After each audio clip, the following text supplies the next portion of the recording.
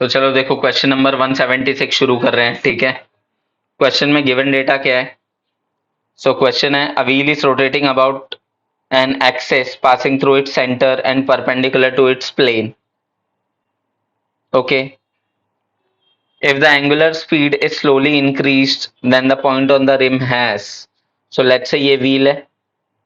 ठीक है, अगर मैं इसके एंगुलर वेलोसिटी की बात करूं तो ये जो पूरा व्हील है वो इस एक्सिस के अबाउट रोटेट कर रहा है, मान लो। चलो ओके, एक सेकेंड बस इसको थोड़ा सा शिफ्ट करते हैं। तो ये रोटेट कर रहा है कुछ ऐसे, और हो क्या रहा है, ओमेगा की वैल्यू बढ़ रही है। क्वेश्चन में गिवन है ये, दैट ओमेगा इज इंक्रीजिंग। अगर ओमेगा इंक्रीज हो रहा है तो what is alpha? Omega final minus omega initial by time. So अगर ओमेगा इंक्रीज हो रहा है तो that is alpha, alpha is present. और अगर अल्फा प्रेजेंट है तो ए टेंजेंशियल किसके इक्वल होता है? आर अल्फा के इक्वल होता है, तो that is a tangential. Correct. Okay, as particle is moving in circular path,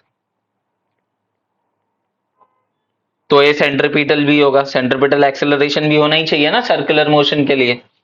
so a centripetal is v square by r. ठीक है, तो टेंजेंशियल वेलोसिटी होगा, रेडियल एक्सेलरेशन होगा और टेंजेंशियल एक्सेलरेशन होगा। ठीक है,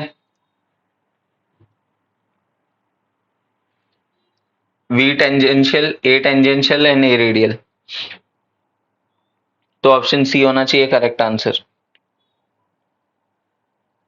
क्योंकि ऑप्शन सी देखो क्या दे रखा है, tangential velocity, tangential and radial acceleration. चलो आगे बढ़ते हैं। A particle move in a circular orbit under the action of a central attractive force which is inversely proportional to distance r, the speed of the particle is। तो क्या चल रहा है देखना ध्यान से, आराम से। ठीक है, एक पार्टिकल जो है वो सर्कुलर मोशन में मूव कर रहा है। करेक्ट, तो central attractive force, central attractive force मतलब बेसिकली कहने का मतलब ये सर्कुलर मोशन परफॉर्म कर रहा है तो सेंट्रिपिटल फोर्स होना जरूरी है। तो वही है मेरा सेंट्रल अट्रैक्टिव फोर्स। अब central attractive force is proportional to distance, है ना? So not proportional, inversely proportional to distance. तो m v square by r is proportional to 1/r। Correct, अगर ये प्रोपोर्शनैलिटी की साइन हटानी है, इक्वल टू का sign लगाना है, तो m v square by r is equals to k by are.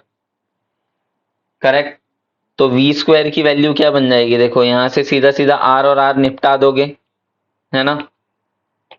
तो जो वी स्क्वायर है, v square is nothing but k by m. Clear? So v is independent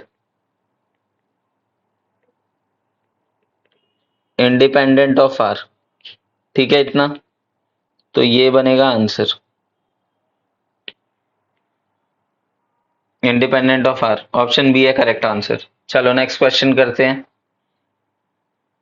A person stands in a contact against the inner surface of a cylindrical drum of radius r. Okay, rotating with angular velocity omega, the coefficient of friction between the inner surface of the cylinder and the cloth of the person is mu. What is the minimum rotational speed of the cylinder which enables the person to remain stuck to the wall when the platform on which the person was standing is suddenly removed? तो पूरा situation देखो, explain करता हूँ क्या, और आराम से देखना। ये एक अच्छा और स्टैंडर्ड क्वेश्चन है ना?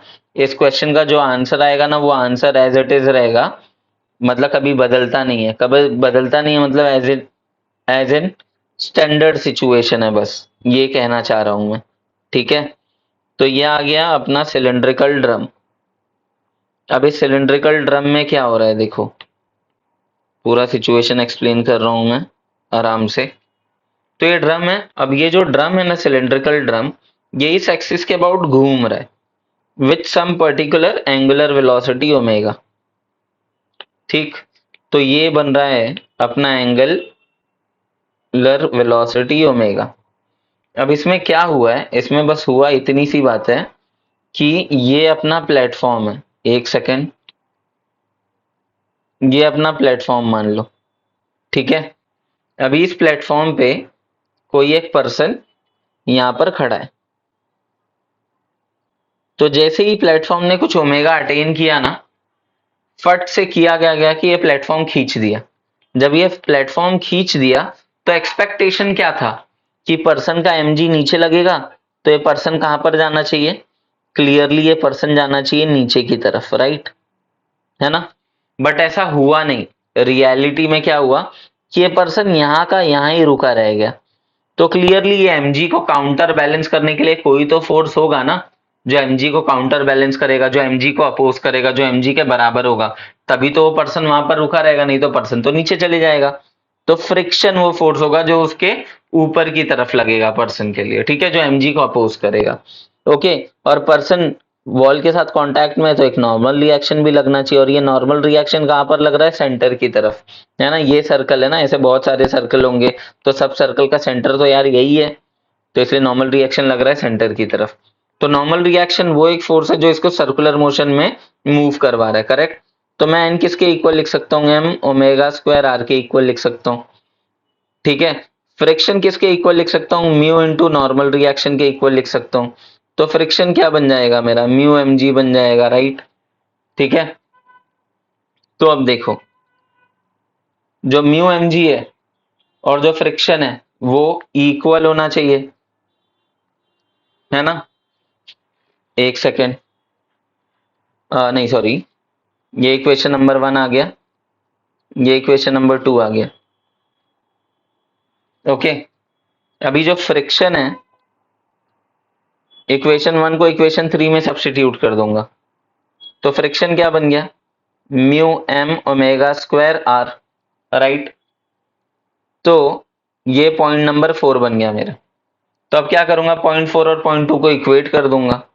तो यहाँ पर एम ओमेगा स्क्वायर आर जो है वो किसके बराबर बन जाएगा, म्यू एम जी के। तो ओमेगा स्क्वायर आर की वैल्यू क्या बन जाएगी, एक सेकेंड, कुछ मिस्टेक किया है।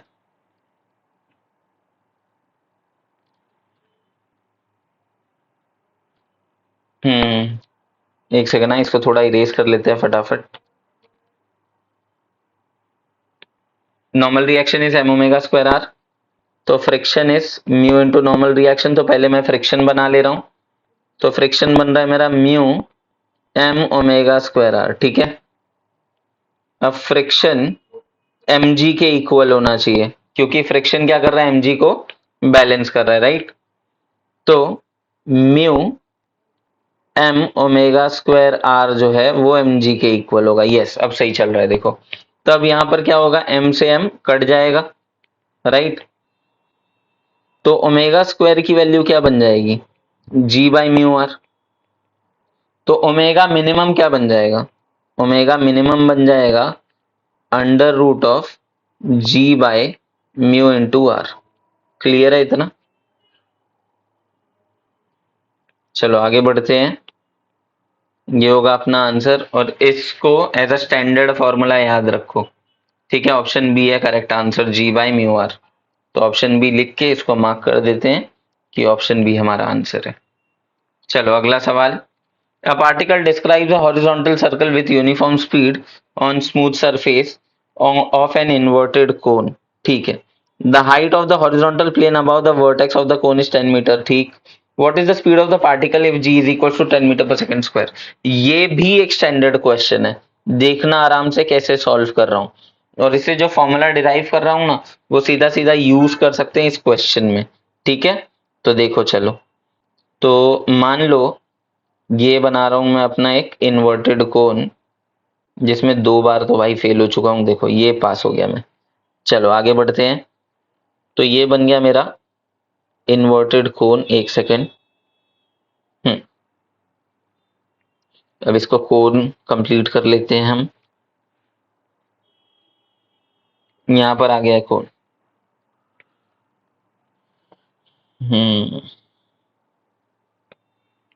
परफेक्ट। अब इसमें चल क्या रहा है कि एक ऑब्जेक्ट है जो कहाँ पर पड़ा है, जो मान लो यहाँ पर पड़ा है।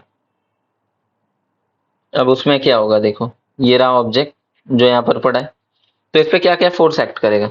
सबसे पहले तो इस पे mg एक्ट करेगा नीचे की तरफ। दूसरा, इस पे नॉर्मल रिएक्शन एक्ट करेगा perpendicular to the surface. Correct. अब देखते जाना आराम से।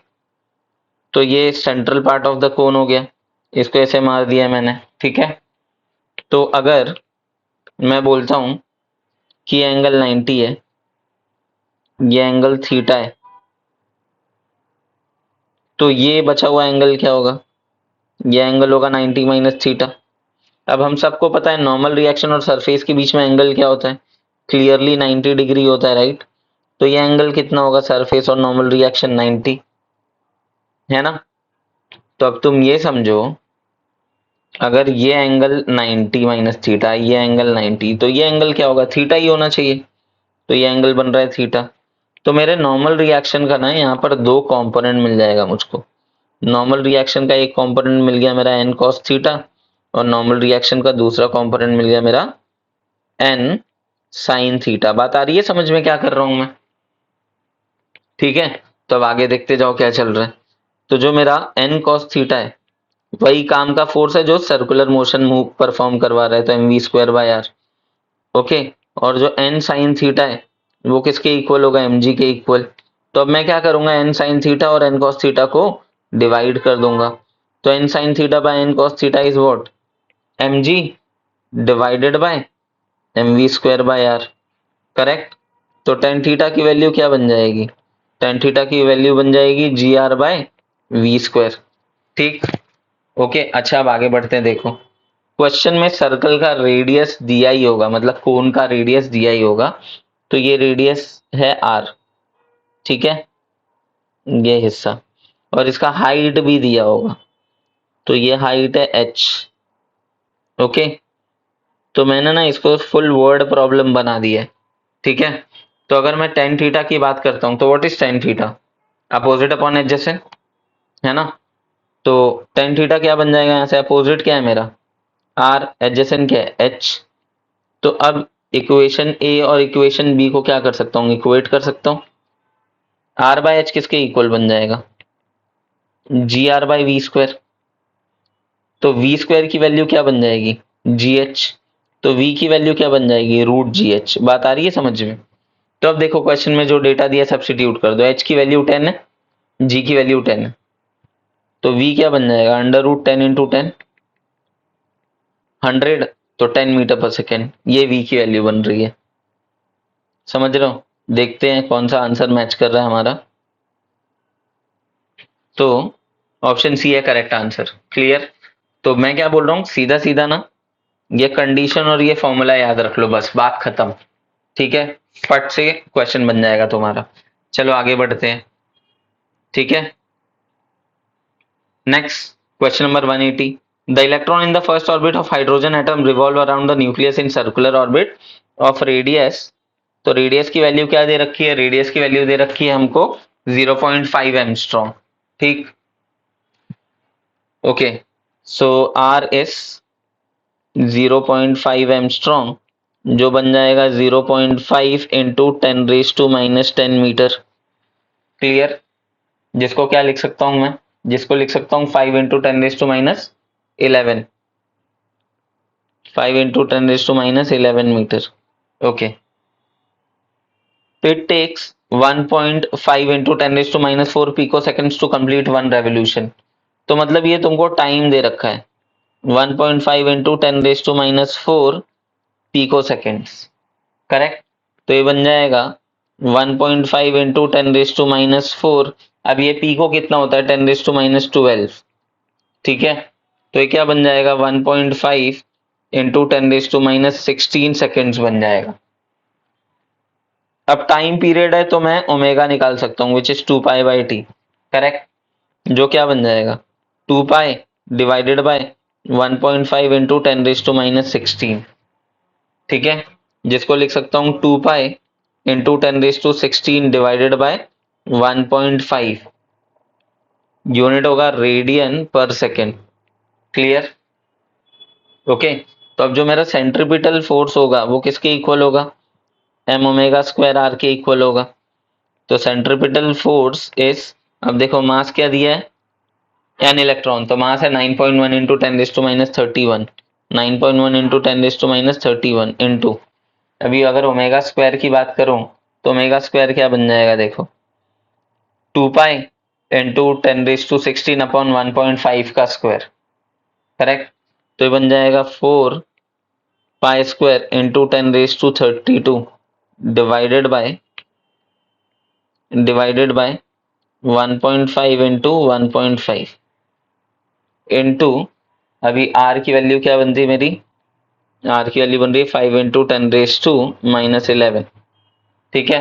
तो जब इसको सब कैलकुलेट करेंगे हम, तो आंसर बनेगा 8 इंटू 10⁻8 न्यूटन, ठीक है। ये बन जाएगा हमारा आंसर। और कौन सा ऑप्शन करेक्ट है? ऑप्शन डी है करेक्ट आंसर। क्लियर?